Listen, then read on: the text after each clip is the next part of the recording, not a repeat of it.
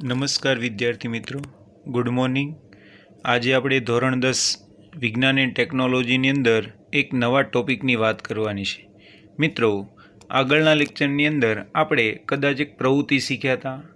ત્યારબાદ પ્રવૃત્તિને આધીન આપણે ગોલીય અરીસાઓ કોને કહે છે અને તેના પ્રકારોની વાત કરી હતી, અંતર્ગોળ અરીસો અને બહિર્ગોળ અરીસો.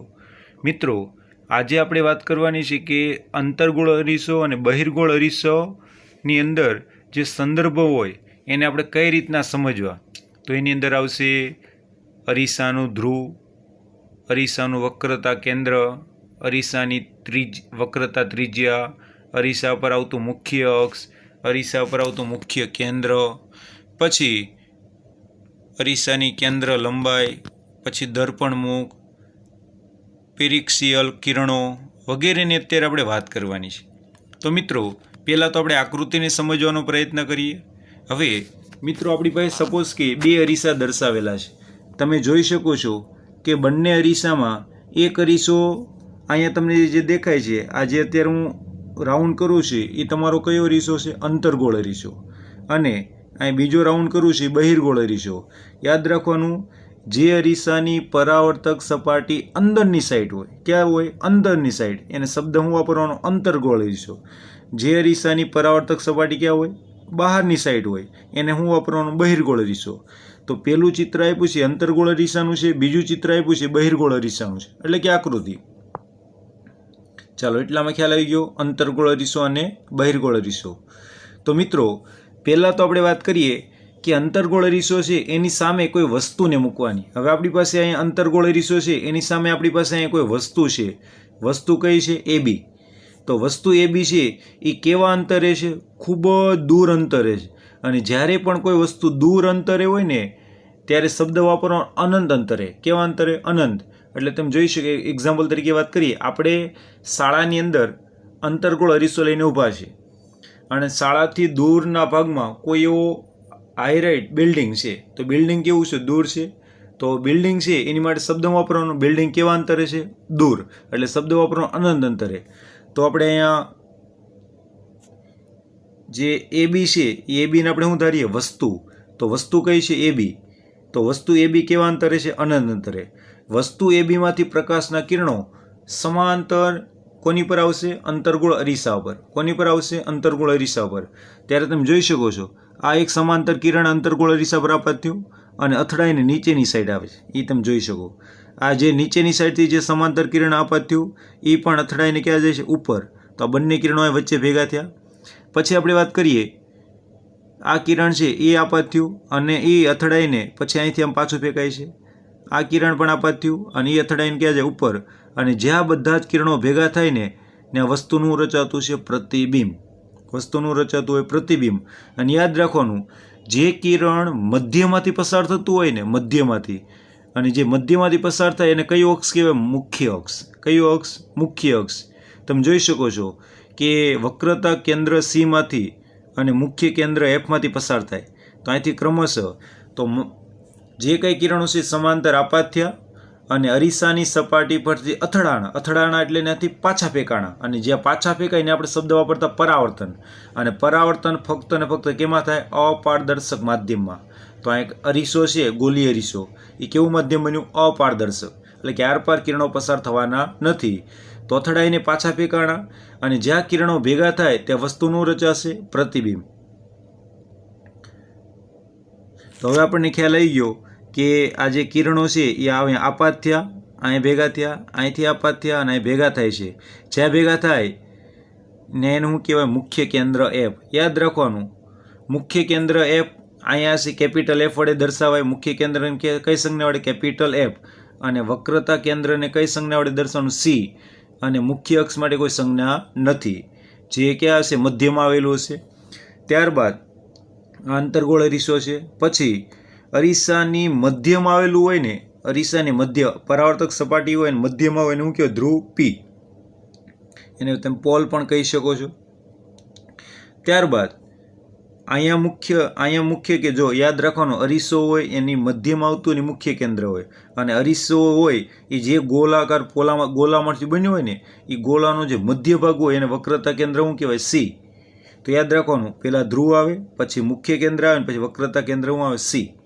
ત્યારબાદ હવે આપણે એક સાદી સમજૂતી મેળવીએ. અરીસાનું ધ્રુવ એટલે શું થશે? હું અહીંયા તમને ટૂંકમાં દર્શાવું. અરીસાનું ધ્રુવ પી અને મુખ્ય કેન્દ્ર એફ, એની વચ્ચેનું જે અંતર હોય ને એને શું કહેવાશે? કેન્દ્ર લંબાઈ. આ યાદ રાખવું. પછી અરીસાનું ધ્રુવ પી અને વક્રતા કેન્દ્ર સી, એની વચ્ચે જે અંતર હોય એનું કે વક્રતા ત્રિજ્યા આર. આની માટે સ્મોલ કેન્દ્ર લંબાઈ માટે સ્મોલ એફ આવશે અને વક્રતા ત્રિજ્યા માટે કેપિટલ આર આવશે. આ યાદ રાખવું જરૂરી છે. તો મિત્રો, આ વ્યાખ્યા બની ગઈ કેન્દ્ર લંબાઈની. અરીસાના ધ્રુવ પી અને મુખ્ય કેન્દ્ર એફ વચ્ચેના અંતરને અરીસાની કેન્દ્ર લંબાઈ કહે છે. અને વક્રતા ત્રિજ્યાની વ્યાખ્યા બોલું છું. વક્રતા ત્રિજ્યાની વ્યાખ્યા બોલો અને અરીસાનું ધ્રુવ પી અને અરીસાના વક્રતા કેન્દ્ર સી વચ્ચેના અંતરને અરીસાની શું કહેવાય? વક્રતા ત્રિજ્યા. એની સંજ્ઞા કઈ આવશે? આર. અને યાદ રાખવાનું, વક્રતા ત્રિજ્યા હંમેશા કેન્દ્ર લંબાઈની બમણી હોય. કેન્દ્ર લંબાઈની શું હોય? બમણી. યાદ રાખવું જરૂરી છે. ચાલો, પહેલી આકૃતિને આપણે સમજૂતી મેળવીએ.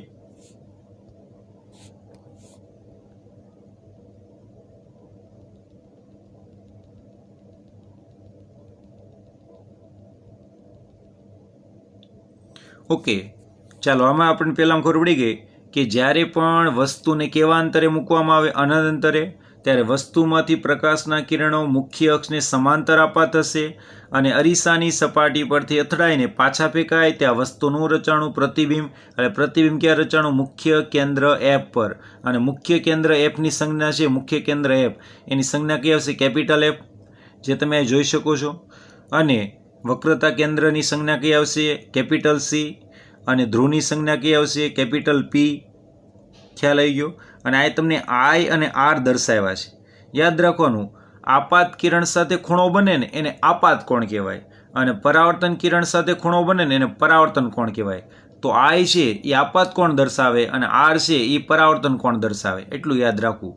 યાદ રાખવાનું, દરેક કિરણોની અંદર ખૂણો રચાતો હોય. જ્યાં કિરણો અથડાઈને પાછા ફેંકાય ત્યાં શું રચાતો હોય? ખૂણો. તો અહીંયા આપણે જોઈએ, અહીંયા આપાત કિરણ, આ આપાત કિરણ અને આ પરાવર્તન કિરણ, અને આપાત કિરણ અને પરાવર્તન કિરણની વચ્ચે આપણે કોઈ લંબ દર્શાવીએ. શું દર્શાવીએ? લંબ. અને આ લંબ કોને મળતો હોય? વક્રતા કેન્દ્ર સી ને. તો આ લંબ અને આપાત કિરણ વચ્ચે ખૂણો બને એને આપણે આપાત કોણ કહીએ, અને લંબ અને પરાવર્તન કિરણ વચ્ચે ખૂણો બને એનું કહેવાય પરાવર્તન કોણ આર. ચાલો, એટલામાં ખ્યાલ આવી ગયો. હવે આપણે વાત કરીએ બહિર્ગોળ અરીસો. હવે તમે જોઈ શકો છો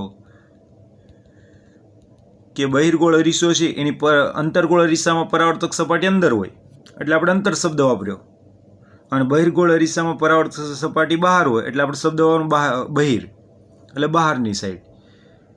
હવે વાત કરીએ, આમાં પણ વસ્તુ કેવા અંતરે છે? અનંત અંતરે.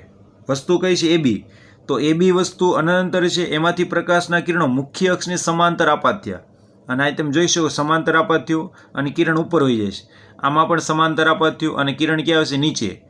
આમાં પણ સમાંતર આપાત થાય ને ઉપર જાય છે. અહીંયા પણ સમાંતર આપાત થશે અને ક્યાં જશે? ઉપર જાય છે. મતલબમાં આ બધા જ કિરણો ક્યાંય ભેગા થતા નથી. આમાં વાસ્તવમાં ભેગા થતા હતા, આમાં ભેગા થતા નથી.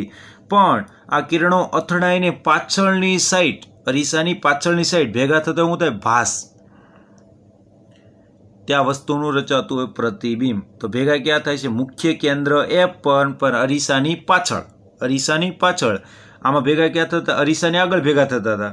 ને આ વસ્તુનું જે પ્રતિબિંબ રચાતું હતું ક્યાં રચાતું? મુખ્ય કેન્દ્ર એફ પર. પણ એ પ્રતિબિંબ કેવું છે? બિંદુવત, ખૂબ જ નાનું. અને આમાંય ભેગા થાય છે પણ અરીસાની ક્યાં ભેગા થાય? પાછળની સાઈડ, મુખ્ય કેન્દ્ર એફ પર. ત્યાં વસ્તુનું રચાય પ્રતિબિંબ. પણ ત્યાં વાસ્તવમાં ભેગા થતા ને એવો ભેગા થતા હું તો આપણને ભાસ. અને જ્યારે પણ ભાસ થતો હોય ત્યારે હંમેશા પ્રતિબિંબ કેવું હોય? આભાસી. અહીંયા મુખ્ય કેન્દ્ર એફ પર રચાણું હોય આભાસી પ્રતિબિંબ. અહીંયા મુખ્ય કેન્દ્ર એફ પર રચાણું હોય કેવું પ્રતિબિંબ હશે? વાસ્તવિક. જે વાસ્તવમાં આપણે જોઈ શકીએ, પડદા પર એને રજૂ પણ કરી શકાય. ચાલો, આપણે અહીં જોઈ શકીએ છીએ જ્યાં પરાવર્તન કિરણ હતું એને આપણે પાછળ લંબાવ્યું. આ પણ પરાવર્તન કિરણ પાછળ લંબાવ્યું અને આ પણ પરાવર્તન કિરણ પાછળ લંબાવ્યા. અને યાદ રાખવાનું, મુખ્ય અક્ષમાંથી જે આપાત થતું કિરણ હોય એ તેના તે જ માર્ગમાં પાછું વળે. અહીંથી આપાત થયું અને તેના તે માર્ગમાં પાછું વળ્યું. આમાં પણ સેમ છે, આપાત થાય અને તેના તે જ માર્ગમાં પાછું વળે.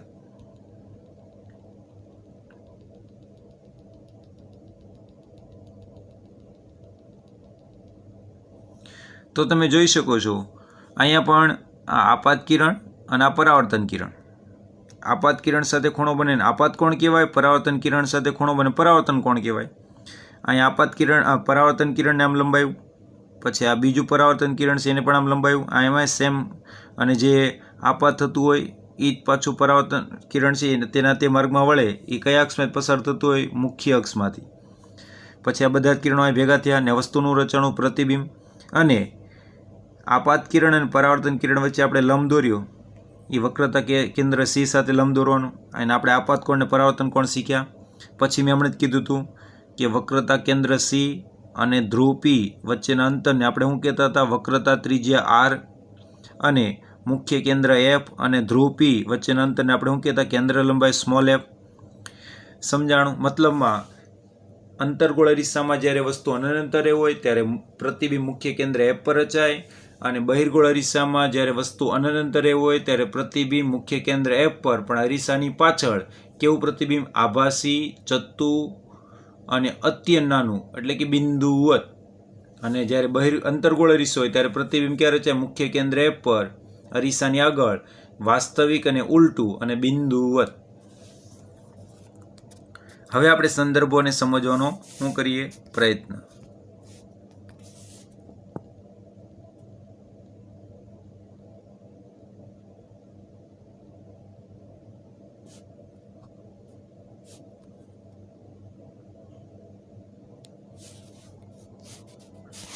હવે અહીં આપણી પાસે પહેલું સંદર્ભ આપ્યું છે મિત્રો, ધ્રુવ. ધ્રુવ એટલે શું થાય, તો ગોલીય અરીસાની, કયા અરીસાની, ગોલીય અરીસાની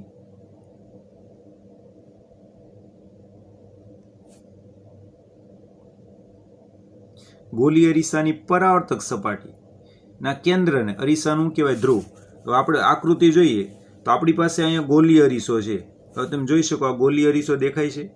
એનો જે પરાવર્તક સપાટી છે, આ પરાવર્તક સપાટી, એનો મધ્ય ભાગ દેખાય, એને આપણે ધ્રુવ શું કહેવાનું, પી. ચાલો, ધ્રુવ પીની વ્યાખ્યા આપણે શીખ્યા.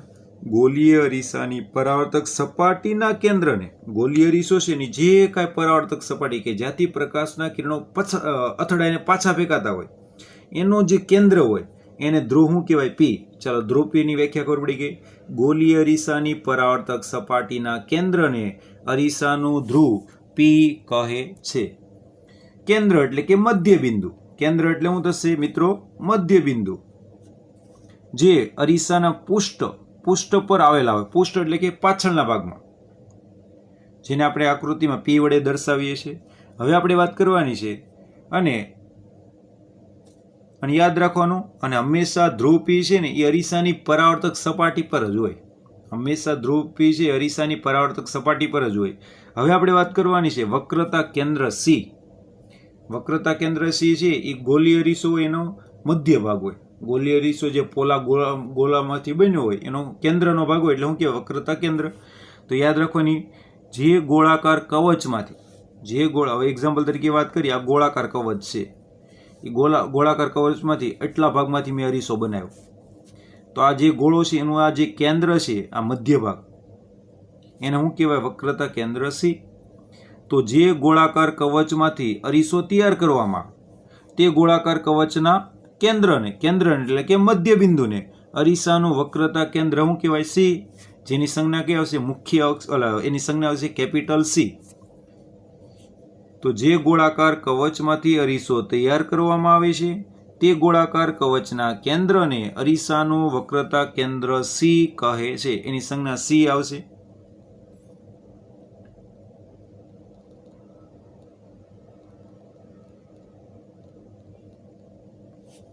ચાલો, બે વ્યાખ્યા શીખ્યા આપણે. પહેલી ધ્રુવની, બીજી વક્રતા કેન્દ્ર સી, આપણે ત્રીજી વ્યાખ્યા. પણ મિત્રો થોડુંક વક્રતા કેન્દ્રમાં યાદ રાખવું જરૂરી છે. પહેલી વ્યાખ્યા ધ્રુવની કઈ શીખ્યા, ગોલીય અરીસાની પરાવર્તક સપાટીના કેન્દ્રને અરીસાનું ધ્રુવ પી કહે છે, જેની સંજ્ઞા પી આવશે. જે અરીસાના પરાવર્તક સપાટી પર જ હોય. અને વક્રતા કેન્દ્રની વ્યાખ્યા હતી જે ગોળાકાર કવચમાંથી અરીસો તૈયાર કરવામાં આવે તે ગોળાકાર કવચના કેન્દ્રને અરીસાનું વક્રતા કેન્દ્ર સી કહે છે. એની સંજ્ઞા સી વડે દર્શાવાશે. અને વક્રતા કેન્દ્ર સી એ અરીસાનો એક ભાગ નથી, કારણ કે આપણી પાસે આ ગોળો હતો, એ ગોળામાંથી આપણે ખાલી અરીસો જ લીધો, બીજો કોઈ ભાગ લેતા નથી. એટલે આપણે વક્રતા કેન્દ્રને અરીસાનો ભાગ ગણવાનો નથી, પણ ખાલી એમ દર્શાવવાનું કે અરીસો જ્યારે બન્યો હોય ત્યારે જે અરીસો બન્યો હોય એ ગોળો હોય એનું જે કેન્દ્ર છે એને વક્રતા કેન્દ્ર શું કહેવાય? સી. એટલે યાદ રાખવાનું, વક્રતા કેન્દ્ર એ અરીસાનો ભાગ નથી, પણ અરીસાની પરાવર્તક સપાટીના બહારનો ભાગ છે. અરીસો છે આવડો અરીસો, એની આ જે પરાવર્તક સપાટી છે એનો કયો ભાગ છે? બહારનો ભાગ છે.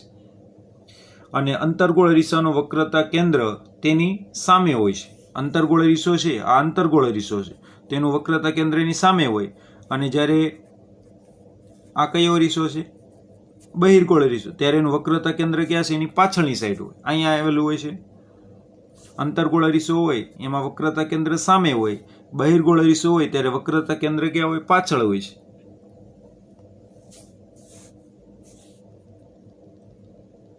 ચાલો, વક્રતા કેન્દ્રની વાત આપણે કરી. હવે આપણે વાત કરવાની છે વક્રતા ત્રિજ્યા. વક્રતા ત્રિજ્યા, તો એની વ્યાખ્યા સિમ્પલ છે. ગોલીય અરીસાની પરાવર્તક સપાટી જે પોલા ગોળાનો એક ભાગ હોય, ઓલામાં શબ્દ વાપરતા હતા આપણે કેન્દ્ર, અને આમાં વાપરવાનું ગોલીય અરીસાની પરાવર્તક સપાટી જે પોલા ગોળાનો ભાગ હોય તે પોલા ગોળાની ત્રિજ્યાને અરીસાની શું કહેવાય? વક્રતા ત્રિજ્યા. હવે આપણે કદાચ વાત કરીએ કે કોઈ ગોળાકાર અરીસા સ્વરૂપનો પોલો ગોળો લીધો, એ ગોળાનો જે કઈ વ્યાસ હોય ને, આખી ત્રિજ્યા હોય ને, એ શું કહેવાય? એની વક્રતા ત્રિજ્યા કહેવાય. તો ગોલીય અરીસાની પરાવર્તક સપાટી જે પોલા ગોળાનો ભાગ હોય તે પોલા ગોળાની ત્રિજ્યાને અરીસાની વક્રતા ત્રિજ્યા કહે છે. અને મેં બીજી વ્યાખ્યા પણ હમણાં શીખવાડી હતી. અરીસાનું ધ્રુવ પી અને વક્રતા કેન્દ્ર સી વચ્ચેના અંતરને અરીસાની વક્રતા ત્રિજ્યા શું કહેવાય? આર. આ ટૂંકી વ્યાખ્યા. અરીસાનું ધ્રુવ પી અને વક્રતા કેન્દ્ર સી વચ્ચેના અંતરને અરીસાની વક્રતા ત્રિજ્યા કેપિટલ આર કહે છે. અથવા એ વ્યાખ્યા તમને યાદ ન રહે તો અત્યારે મેં જે સમજાવી લેટેસ્ટ એ તમે લખો તો એ પણ ચાલશે મિત્રો. કઈ વ્યાખ્યા? ગોલીય અરીસાની પરાવર્તક સપાટી, ગોલીય અરીસો છે આ, એની આ પરાવર્તક સપાટી જે પોલા ગોળાનો ભાગ છે તે પોલા ગોળાની ત્રિજ્યાને અરીસાની વક્રતા ત્રિજ્યા કહે છે, જેની સંજ્ઞા કઈ આવશે? આર. અને એને ટૂંકમાં પીસી બરાબર આર પણ કહેવાય. પી એટલે ધ્રુવ અને સી એટલે વક્રતા કેન્દ્ર, એની વચ્ચેનું અંતર એટલે આપણે શું કહીએ છીએ? આર. તો પીસી બરાબર આર પણ થાય. પછી આપણે વાત કરીએ મુખ્ય અક્ષ. ગોલીય અરીસાનું ધ્રુવ અને વક્રતા કેન્દ્ર સી. હવે આપણે એક અહીં આકૃતિ હતી, આ ગોલીય અરીસાનું ધ્રુવ કયું છે? પી. અને આ વક્રતા કેન્દ્ર કયું? સી. એમાંથી જે કિરણ પસાર થાય એને શું કહેવાય? મુખ્ય અક્ષ. તો એ લખવાનું ગોલીય અરીસાનું ધ્રુવ પી અને વક્રતા કેન્દ્ર સી માંથી પસાર થતી કાલ્પનિક રેખાને, વાસ્તવમાં કોઈ રેખા પસાર થતી નથી, આપણે કલ્પના કરવાની કે એમાંથી કોઈ રેખા પસાર થાય છે. તો વ્યાખ્યા લખવાની અરીસાના ધ્રુવ પી અને વક્રતા કેન્દ્ર સી માંથી પસાર થતી કાલ્પનિક રેખાને અરીસાનો મુખ્ય અક્ષ કહે છે. અને મુખ્ય અક્ષ એ ગોલીય અરીસાના ધ્રુવની આગળ લંબાયેલું હોય. અરીસાની ક્યાં લંબાયેલું? આગળ. અહીંયા પણ આગળ છે અને આમાં પણ ક્યાં છે? આગળ. એ હંમેશા ક્યારેય પાછળ હોય નહીં. પછી અંતર્ગોળ અરીસો હોય કે બહિર્ગોળ અરીસો? ફરીથી વ્યાખ્યા બોલું. અરીસાના ધ્રુવ પી અને વક્રતા કેન્દ્ર સી માંથી પસાર થતી અરીસાનું ધ્રુવ પી અને વક્રતા કેન્દ્ર સી માંથી પસાર થતી કાલ્પનિક રેખાને અરીસાનું મુખ્ય અક્ષ કહે છે. ચાલો, મુખ્ય અક્ષની વ્યાખ્યા પણ આપણે શીખી ગયા. હવે આપણે વાત કરવાની છે મુખ્ય કેન્દ્ર. મુખ્ય કેન્દ્ર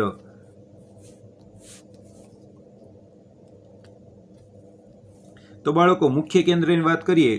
અરીસાના મુખ્ય અક્ષને સમાંતર આપત હતા કિરણો પરાવર્તન પામી અરીસાની આગળ જે બિંદુએ કેન્દ્રિત થતા હોય કે અરીસાના પાછળ જે બિંદુએ કેન્દ્રિત થતા હોય તે શું થાય? ભાસ. તો તે બહિર્ગોળ અરીસાનું અનુક્રમે અંતર્ગોળ અને બહિર્ગોળ અરીસાનું શું કહેવાય? મુખ્ય કેન્દ્રો એફ. હવે યાદ રાખવાનું. હવે આપણે અહીંયા આકૃતિ દ્વારા સમજીએ કે આ જે મુખ્ય અક્ષ છે, આ કયો અક્ષ છે? મુખ્ય અક્ષ. એને સમાંતર કિરણો આપાત થયા, એટલે આપાત કર્યા, અને આપાત થયેલા કિરણો આ મુખ્ય અક્ષને સમાંતર આપાત થયા, અને આપાત થયેલા કિરણો અથડાઈને ભેગા થયા. જ્યાં ભેગા થાય એનું શું કહેવાય? મુખ્ય કેન્દ્ર. જ્યારે બહિર્ગોળ અરીસો એમાં મુખ્ય કેન્દ્ર ક્યાં છે? પાછળની સાઈડ. અને અંતર્ગોળ અરીસો હોય તો મુખ્ય કેન્દ્ર ક્યાં હોય? આગળની સાઈડ. તો આપણે વ્યાખ્યા પ્રમાણે શીખીએ. અરીસાના મુખ્ય અક્ષને સમાંતર આપાત થતા કિરણો અરીસા પર જાય એટલે એનાથી અથડાવાના, એટલે એનું શું થાય? પરાવર્તન. અને પરાવર્તન પામી અરીસાના કયા ભાગમાં? આગળના ભાગમાં જે બિંદુએ કેન્દ્રિત થાય, એ અંતર્ગોળ અરીસાનું શું કહેવાશે? અંતર્ગોળ અરીસાનું મુખ્ય કેન્દ્ર. પણ અરીસાની પાછળ જો બહિર્ગોળ અરીસો હોય તો અરીસાની ક્યાં? પાછળ જે બિંદુએ કેન્દ્રિત થતા હોય તેવો આપણને શું થાય? ભાસ. ઓલામાં વાસ્તવમાં મળે છે, એટલે એને વાસ્તવિક છે, વાસ્તવિક મુખ્ય કેન્દ્ર છે. અને આમાં શું થાય છે? આપણને આભાસ અથવા ભાસ થાય. એટલે અહીંયા મુખ્ય કેન્દ્ર કેવું છે? આભાસી. એટલે કે બિંદુએ કેન્દ્રિત થતો હોય તેવો આપણને આભાસ થતો હોય તો તે બહિર્ગોળ અરીસાનું શું કહેવાય? મુખ્ય કેન્દ્ર. તો અંતર્ગોળ અરીસાનું મુખ્ય કેન્દ્ર વાસ્તવિક હોય, અને બહિર્ગોળ અરીસાનું મુખ્ય કેન્દ્ર કેવું હોય? આભાસી. એટલે અહીં શબ્દ આવી ગયો. અંતર્ગોળ અરીસાનું મુખ્ય કેન્દ્ર અરીસાની આગળ હોય અને તે વાસ્તવિક બિંદુ છે, એટલે કે વાસ્તવિક પ્રતિબિંબ રચાય એમાં. અને જ્યારે બહિર્ગોળ અરીસાની કેન્દ્રની અરીસાની પાછળ હોય તો એ કેવું હોય? આભાસી બિંદુ. એટલે પાછળની સાઈડ મળતું હશે. એટલે એમ કહી શકાય કે અંતર્ગોળ અરીસા પર આપાત થતા મુખ્ય અક્ષને સમાંતર પ્રકાશના કિરણો અરીસા દ્વારા પરાવર્તન પામી મુખ્ય અક્ષના જે બિંદુએ કેન્દ્રિત થતા હોય તે બિંદુને અંતર્ગોળ અરીસાનું મુખ્ય કેન્દ્ર કહેવાય. જ્યારે બહિર્ગોળ અરીસાની વાત કરીએ કે બહિર્ગોળ અરીસા પર આપાત થતા મુખ્ય અક્ષને સમાંતર પ્રકાશના કિરણો અરીસા દ્વારા પરાવર્તન પામી અને મુખ્ય અક્ષ પરના જે બિંદુએ અરીસાના જે બિંદુ પર મુખ્ય અક્ષ પરના જે બિંદુએ આવતા હોય તેવો ભાસ થતો હોય તો તે બિંદુને બહિર્ગોળ અરીસાનું મુખ્ય કેન્દ્ર કહેવાય. અને મુખ્ય કેન્દ્રની સંજ્ઞા કઈ આવશે? Capital F.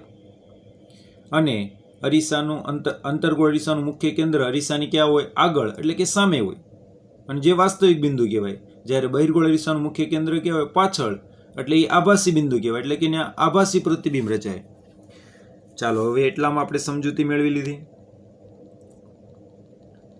આમાં બંને વ્યાખ્યા ભેગી સમજાવી છે, અને પછી હું વ્યક્તિગત રીતે વ્યાખ્યા બોલ્યો. હવે આપણે વાત કરવાની છે કેન્દ્ર લંબાઈ. ગોલી અરીસાના ધ્રુવ પી અને મુખ્ય કેન્દ્ર એફ વચ્ચેના અંતરને શું કહેવાય? કેન્દ્ર લંબાઈ. હું પહેલે વ્યાખ્યા બોલ્યો હતો. ગોલી અરીસાનું ધ્રુવ પી અને મુખ્ય કેન્દ્ર એફ વચ્ચેના અંતરને અરીસાની કેન્દ્ર લંબાઈ કહે છે. એની સંજ્ઞા કેન્દ્ર લંબાઈની સંજ્ઞા કઈ હશે? Small F. મુખ્ય કેન્દ્રની કેપિટલ એફ અને કેન્દ્ર લંબાઈની સ્મોલ એફ. ગોલી અરીસાનું ધ્રુવ પી અને મુખ્ય કેન્દ્ર એફ વચ્ચેના અંતરને કેન્દ્ર લંબાઈ કહે છે. એની સંજ્ઞા સ્મોલ એફ આવશે. એને આમ પણ લખી શકો, કેપિટલ એફ કેપિટલ પી બરાબર સ્મોલ એફ. કેપિટલ એફ એટલે કે મુખ્ય કેન્દ્ર, કેપિટલ પી એટલે કે ધ્રુવ, અને બંને વચ્ચેનું અંતર એટલે કે સ્મોલ એફ, કેન્દ્ર લંબાઈ. તો ગોલી અરીસાના ધ્રુવ અને મુખ્ય કેન્દ્ર વચ્ચેના અંતરને અરીસાની કેન્દ્ર લંબાઈ કહેવાય. એની સંજ્ઞા સ્મોલ એફ આવશે. અને આ અંતરને પીએફ એ ગોલી અરીસાની કેન્દ્ર લંબાઈ દર્શાવે. અને યાદ રાખવાનું, કેન્દ્ર લંબાઈને બમણી કરો એટલે વક્રતા ત્રિજ્યા મળે, અને વક્રતા ત્રિજ્યાને અડધી કરો એટલે તમને કેન્દ્ર લંબાઈ મળે. તો યાદ રાખવાનું, કેન્દ્ર લંબાઈ બમણી વક્રતા ત્રિજ્યા હોય, અને વક્રતા ત્રિજ્યાની અડધી કેન્દ્ર લંબાઈ હોય. એટલે આમ કહી શકાય, આર ને 2 વડે ભાગો તો આપણને સ્મોલ એફ મળે, અને સ્મોલ એફને 2 વડે ગુણો તો આપણને કેપિટલ આર મળે. ખબર પડી ગઈ? વક્રતા ત્રિજ્યાને 2 વડે ભાગો તો આપણને કેન્દ્ર લંબાઈ મળે, કારણ કે કેન્દ્ર લંબાઈ વક્રતા ત્રિજ્યાની કેવી હોય? અડધી, એટલે ભાગ પાડ્યા. અને જ્યારે કેન્દ્ર લંબાઈ છે એને બમણી કરો તો આપણને શું મળે? વક્રતા ત્રિજ્યા, કારણ કે કેન્દ્ર લંબાઈથી વક્રતા ત્રિજ્યા બમણી હોય. ચાલો, કેન્દ્ર લંબાઈની પણ વાત થઈ ગઈ. હવે આપણે વાત કરવાની છે દર્પણ મુખ.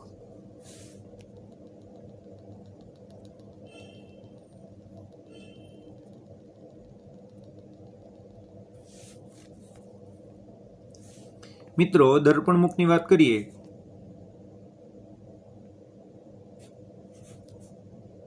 કેન્દ્ર બાજુ દર્પણમુખ, ગોલીય અરીસાની પરાવર્તક સપાટી, વર્તુળાકાર સીમારેખા.